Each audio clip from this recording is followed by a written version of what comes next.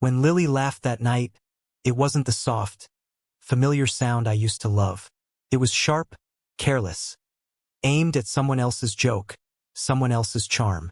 The bar was crowded, lights low, music too loud for comfort. But her laughter cut through everything, even the noise in my head. For a second, I forgot how to breathe.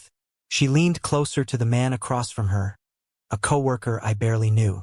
He had one of those effortless grins, the kind that said he'd never been told no. Her hand brushed his arm, casual, like she'd done it 1,000 times. Maybe she had. I sat there, watching the woman I called my wife forget I existed, pretending it didn't sting, pretending it didn't matter. I'd promised myself not to make a scene. People were around, her friends, my pride. So I smiled, sipped the watered-down drink, and waited for her to notice me again. She didn't. When we got home, the silence between us was thicker than the air outside. She tossed her purse on the counter, slipped off her heels, and acted as if the evening hadn't happened.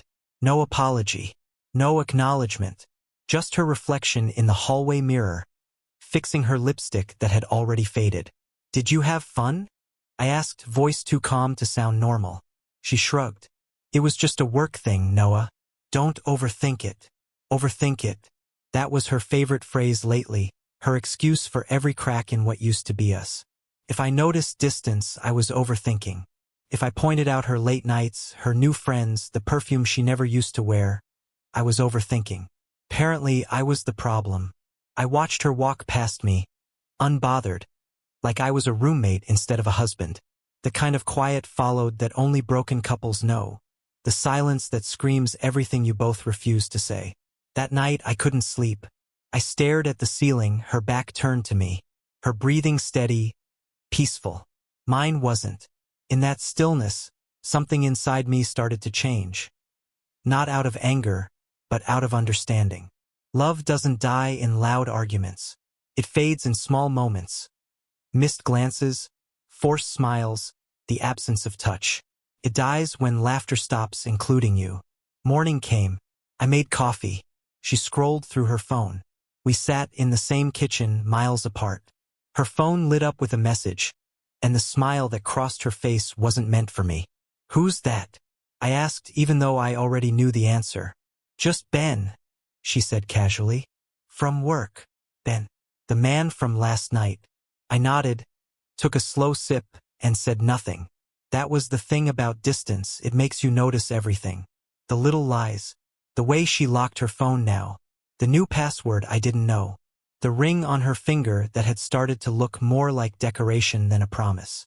Days turned into weeks. Her laughter came home on her clothes, traces of perfume that wasn't mine. I stopped asking where she'd been. Stopped trying to fix what she didn't want fixed. Then came the party, her friend's birthday. She wanted me to come. To show support, she said. I went. I shouldn't have. Because that was the night I finally saw what everyone else probably already knew. She wasn't hiding it anymore. Her laughter was loud, reckless, the kind that drew attention. Ben stood close, hand brushing her back, her eyes sparkling with that same energy I hadn't seen in years. I stood across the room, invisible, and that's when something inside me snapped, not in fury, but in finality. I looked down at my hand, at the ring that once meant forever. The metal felt cold, heavier than it should. Without a word, I slid it off and placed it on the table beside my untouched drink. When she finally looked my way, her laughter froze. Her eyes widened, realizing what I'd done. For a moment, the world went quiet. The music still played, people still laughed, glasses still clinked. But between us, there was only silence. Lily's smile faltered. Her hand froze midair. Ben said something to her, but she didn't respond. Her eyes were locked on that silver band sitting beside my glass, glinting under the bar lights. She walked over slowly, confusion flickering across her face. "What are you doing?" she whispered, as if saying it louder would make it real. I met her gaze, steady and calm. "I'm just returning something that doesn't mean what it used to." Her lips parted, a mix of guilt and anger rushing in. "Don't be dramatic, Noah. It was just a joke." You're really going to embarrass me like this? There it was again, the deflection, the dismissal, the tone that turned everything into my fault. I almost laughed, not out of humor, but at how predictable it had become. Embarrass you? I said quietly. Lily, I've been embarrassed for months. You just never cared enough to notice. For the first time in a long while, she didn't have a ready answer. She just stood there, blinking, as if she hadn't expected the man who once tiptoed around her moods to finally stop caring. I got up, left the ring where it lay, and walked toward the door. Behind me, I heard her voice rise. Angry, desperate, something in between. So that's it? You're walking away. I turned back once. No, you walked away a long time ago. I'm just catching up. Outside, the night air felt cleaner, sharper. I didn't realize how heavy the inside had felt until I stepped into the quiet. My chest didn't ache. It felt hollow, but peaceful, like the aftermath of a storm. I took a deep breath, half expecting her to follow me out. She didn't. She never does when it's about me. The next morning I packed. Not everything, just the essentials. She didn't try to stop me. Maybe she thought I was bluffing, that I'd cool off and crawl back into our old routine of pretending everything was fine. But when she came into the kitchen and saw my keys on the counter, the emptiness in my eyes finally sank in. Noah, wait, she said softly, voice trembling for the first time in months. Can we talk about this? I looked at her, really looked at her. The woman I married was still there somewhere beneath the layers of pride and neglect, but she wasn't reaching for me anymore. She was reaching for control. I tried talking, I said quietly. You just laughed. Her eyes welled up, but the words didn't come. That's when I knew it wasn't sadness for losing me. It was shock that she'd finally lost control. As I walked toward the door, she asked, "Is there someone else?" That made me pause. It almost sounded hopeful, like she wanted a villain to blame so she wouldn't have to face herself. I shook my head. No, Lily. There's just no one left to fight for. And then I left. Weeks passed.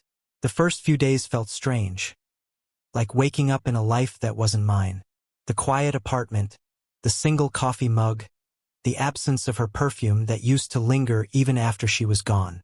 But eventually, the silence stopped feeling empty. It started feeling earned. Sometimes, late at night, I'd catch myself replaying that last moment in the bar. Her frozen smile, the shock in her eyes when I slipped off the ring. That image stayed with me not as pain, but as closure. Then one morning, my phone buzzed with a message from her. Just 2 words. I'm sorry. I stared at it for a while, the way you look at an old photograph. There was a time when those words would have made me drop everything and run back. But now they just looked small. Too small for the damage they followed. So I didn't reply.